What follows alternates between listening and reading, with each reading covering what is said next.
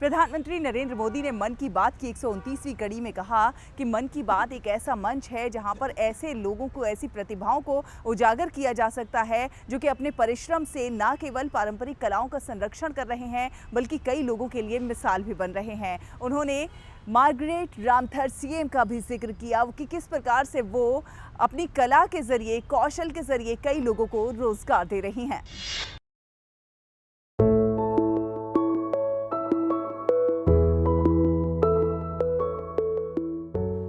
मणिपुर के चुराचांदपुर जिले में रहने वाली मार्गरेट रामथरसिएम एक साधारण हस्तशिल्प कारीगर थी, लेकिन उन्होंने मणिपुर की पारंपरिक कला बांस और लकड़ी से बने खूबसूरत हैंडीक्राफ्ट्स को सिर्फ शौक नहीं बनने दिया, बल्कि इसे जिंदगियां बदलने का जरिया बना दिया।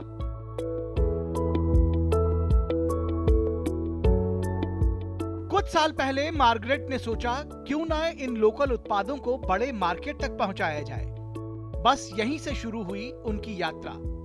आज उनकी यूनिट में 50 से ज्यादा कारीगर काम करते हैं, ज्यादातर महिलाएं।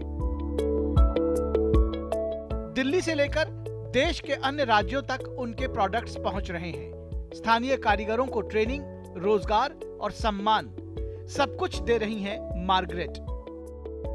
गांव की तंग गलियों में बांस की टोकरी थामे महिला, ये मुस्कुराहट है सशक्तिकरण की। मेज सजाने वाली फूलदान हो या दीवार पर लगने वाली शेल्फ, मग या एक छोटा सा चम्मच, जैसे किसी पुरानी याद को छू रहा हो। ये शिल्पकारी जो अपने आप में बेमिसाल है। पर्वों, आदिवासी पारंपरिक पहनावे और हैंडीक्राफ्ट को बढ़ावा देने के हमारे जुनून को और बल मिला है। अब मैं न सिर्फ खुद बल्कि कई स्थानीय कारीगरों को भी आदिवासी शिल्प और सांस्कृतिक विरासत को आगे बढ़ाने के लिए प्रेरित कर रही हूँ।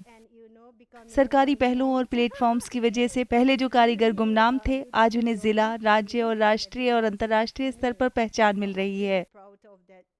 प्रधानमंत्री के प्रोत्साहन ने मेरे आत्मविश्वास और ऊर्जा को बढ़ाया है। अब मैं भविष्य में अपने काम को और भी बड़े स्तर पर ले जाना चाहती हूँ।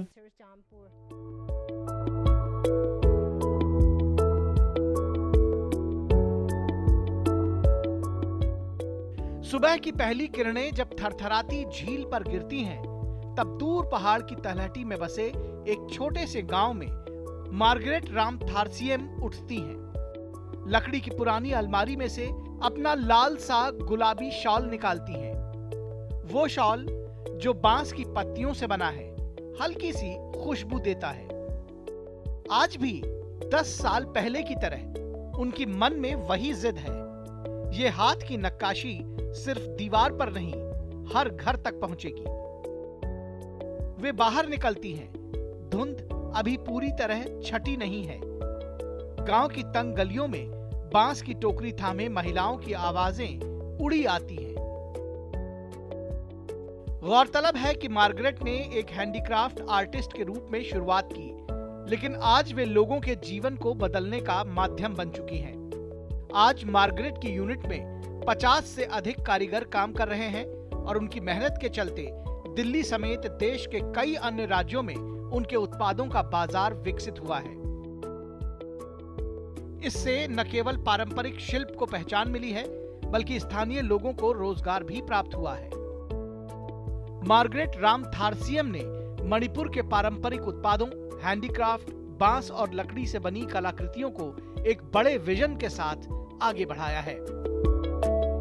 गुड न्यूज जज्बा इंडिया के लिए मणिपुर से ब्यूरो रिपोर्ट, डीडी न्यूज।